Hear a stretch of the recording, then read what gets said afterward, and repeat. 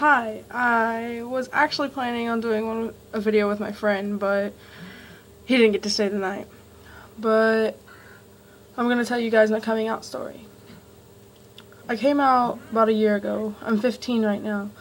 But when I came out, my mom was kind of okay with it, but she was like, well, you need to pray. Being a Christian, I did pray, but what I got back was that it was okay. When my mom told my dad, he really didn't accept me, and he still is, he's getting used to it, but he really doesn't like it.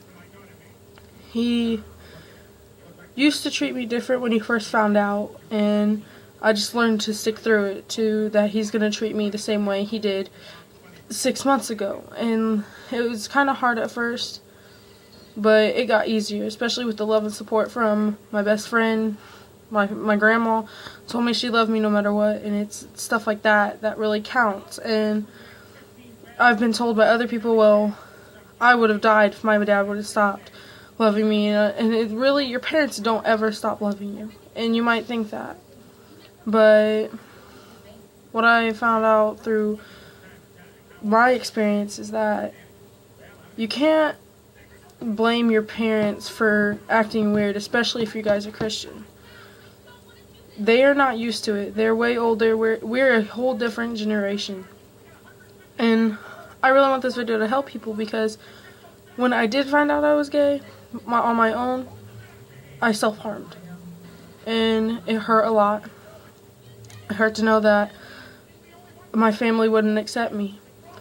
And I'm the one who thought my family wouldn't accept me. I'm the one who thought my mom was going to disown me, my dad was going to disown me, everyone would hate me. But it was completely opposite. And when my dad treated me different, I realized it was because he is a different generation. He's not going to be like, oh, okay. No, he grew up where a guy was with a girl, and that's it. And when he found out that I self-harmed because I thought he wouldn't accept me, he told me he would try his best to do this. And I know some parents may not be like that, but it's the other things that count. Like, if you have a friend, just that one single friend that's gonna stick through you by this, then you're gonna be okay. It may not seem like it right now, but it's gonna be okay. My friend Strondrick is the one who actually knew before anybody else, and when he found out, he just hugged me and said it was okay. That's not a usual reaction, and I understand that. You'll have someone come up to you, or you'll find that one certain person. It may take a minute, but you'll find them, and they'll accept you for who you are. And when you find that person, you gotta keep them, because otherwise you won't make it. It'll hurt a lot not to have anyone accept you. So you got to keep searching in all reality, because it's gonna hurt you in the long run if you just give up on everything, on everyone.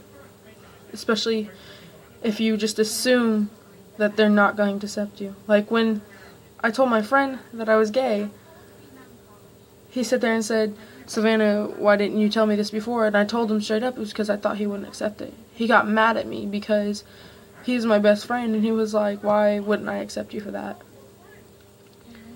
People are becoming a lot more accepting, and it's really hard to know that a lot of kids still have to hide away and pretend that they're not who they are.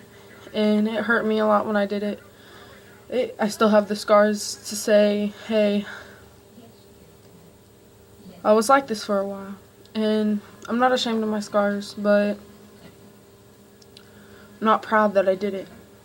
I'm not proud that I thought no one would accept me, because there are people that will. And there's even groups you can go to talk to someone, and I never went. There was people that accepted me no matter what, that I assumed that they would leave. It's okay to be who you are. At first people may not get it, but in the end you'll be fine. We'll all be okay one day.